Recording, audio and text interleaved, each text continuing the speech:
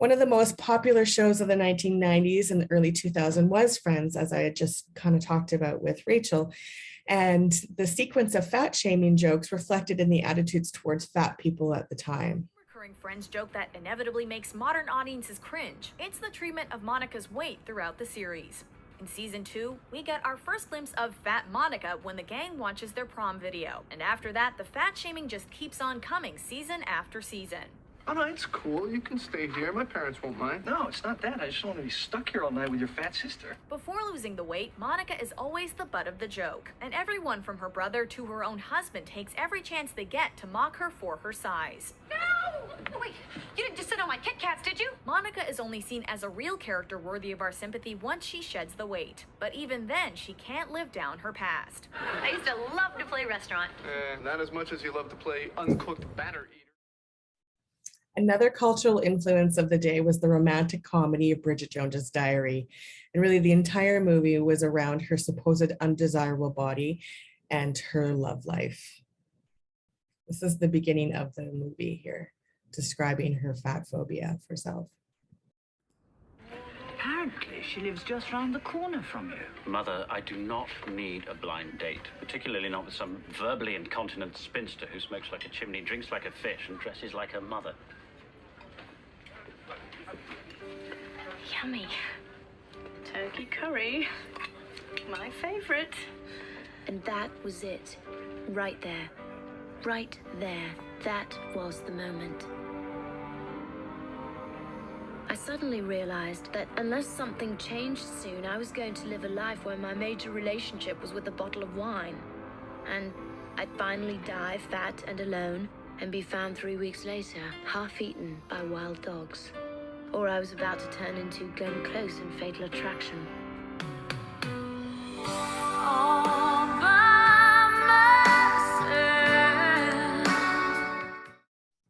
Back to diet culture.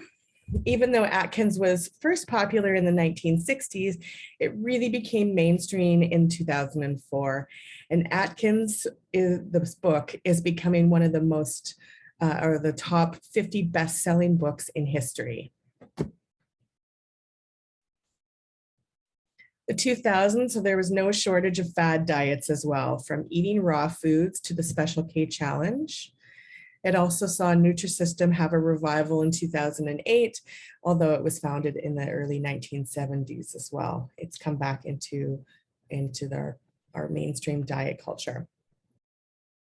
The Subway diet, you may remember, it was popularized in 2004 by Jared Fogle, who claims that he lost over 245 pounds in 1 year by eating sandwiches from Subway.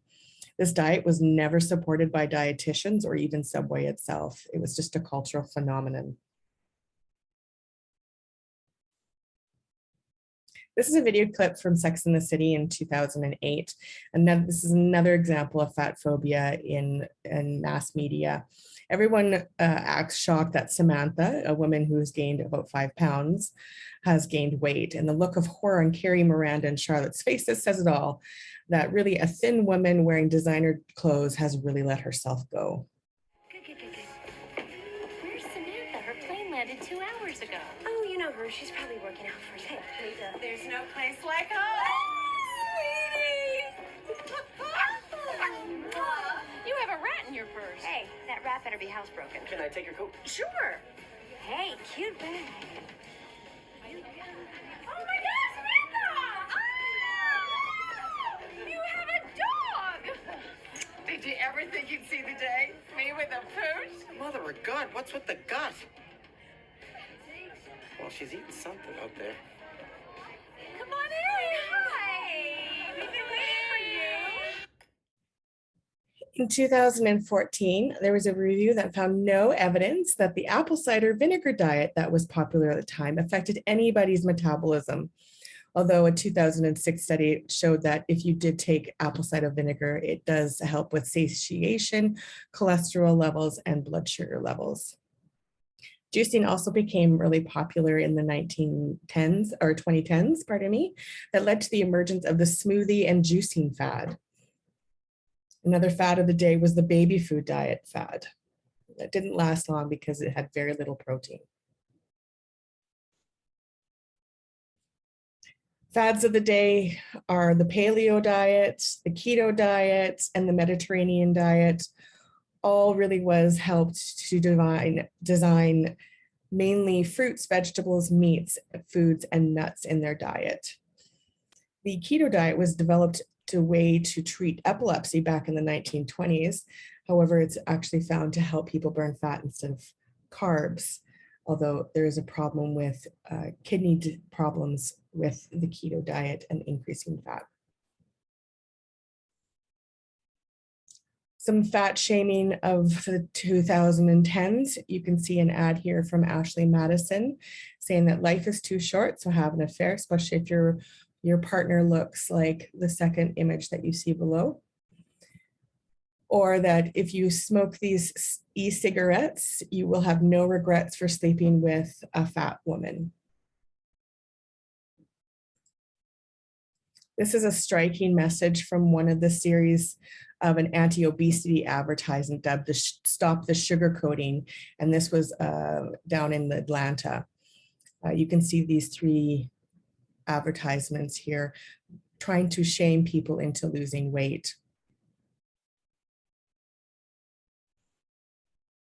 In 2014, PETA exploited the fears of fat shame by having this billboard in Jacksonville, Florida, and basically saying that diet culture and its variations, such as vegan or vegetarian diets, were cultural structures that we need to attempt to save our animals.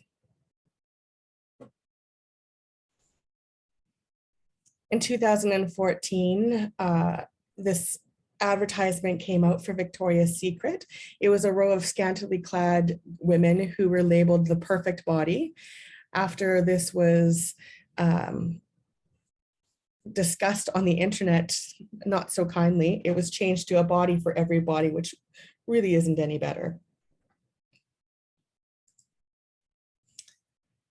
In 2019, a study came out from McGill University that psychologists have determined that instances of celebrity fat shaming are associated with an increase in women's implicit negative weight-related attitudes. Basically, seeing fat celebrities shamed for their weight in popular media reinforces a long-held belief that thin is good and fat is bad. This is a clip regarding Kelly Clarkson.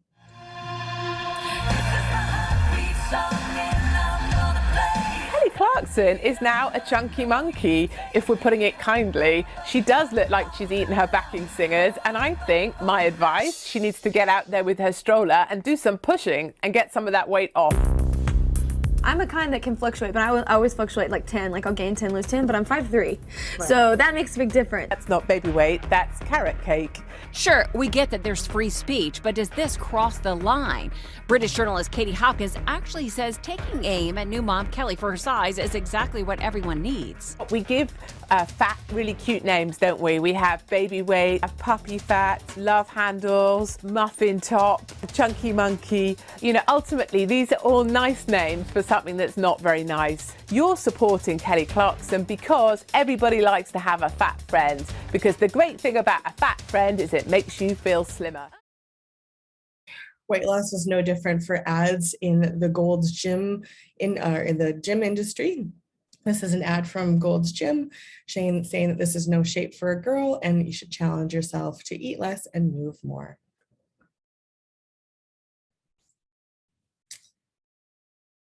Shrill is a video or a series that came out that described a fat young woman who wants to change her life, but not just her body.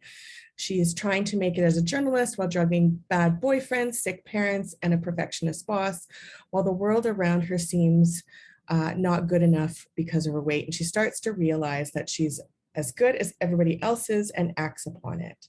So this is a clip from Shrill to show the body positivity movement moving a bit forward. Let's see, I got my lotion and my gum and my shoelaces for my brown shoes. And could I also get the morning after pill?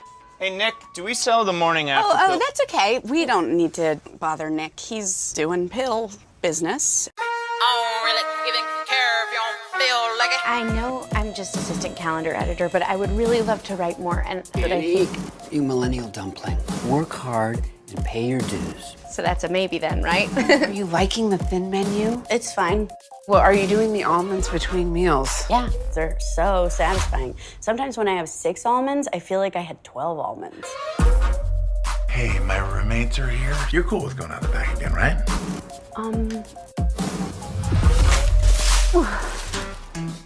If I could just give you a quick pitch. I heard about this pool party, and it's all about people feeling comfortable in their own skin. The last thing we need is everybody feeling comfortable in their own skin. That would be the 70s. I just would love to start some up. Annie, please go away. Leaving haters in the dust. They wish they had better luck. This may be the best day of my life. Lady haters every day. Edges always. I wrote an article and 19,000 people clicked on it. 19,000 people clicked her. Not clicked me, but... All right, Annie. I feel very powerful right now. I've been letting people dismiss me or say to me my entire life. At this point, I just feel like Yeah. and you too. Yeah. I mean...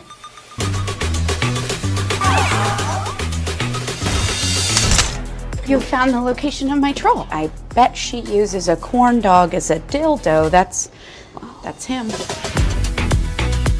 I don't even think you could use a corn dog as a dildo because it would disintegrate inside. Yeah, I'm not gonna actually try and use a corn dog as a dildo. Well, there's no harm in trying. There's some harm in trying, right? It's a great show.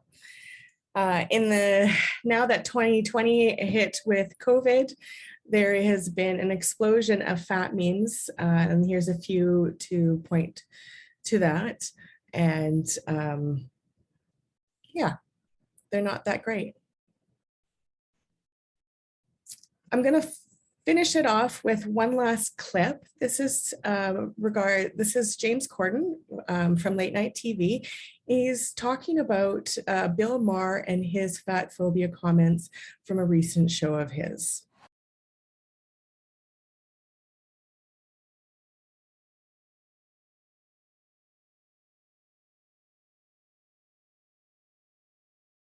So let's talk a little bit about dissecting what James Corden is saying there, just before we move on to my study. Because it seems like this is the best representation that appears to be out there for fat people. And yet, there were a lot of fat shaming, fat phobic remarks that James Corden used during that discussion about the pie on the windowsill, that old trope, saying overweight isn't good for us. This is a health problem. It's an epidemic. And he's just like the rest of us, exposed to those cultural messages and the imperatives about dieting as a way to fit in better with society. And so he's not immune to it either, even though we're all trying to do our best. I'm sure that this presentation I'll watch again in 5 years, and I'll probably pick out a bunch of stuff that I'm not happy with, that probably came across in terms of some biases that I was not aware of just yet.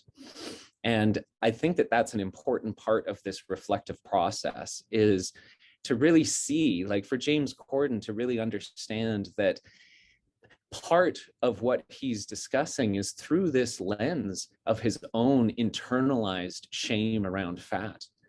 And then being able to speak to it, it felt like he was trying to soften a little bit of the edges of coming out and really attacking Bill Maher for what he had said, which was just discriminatory, stigma, bias, horrible stuff that can't go unanswered.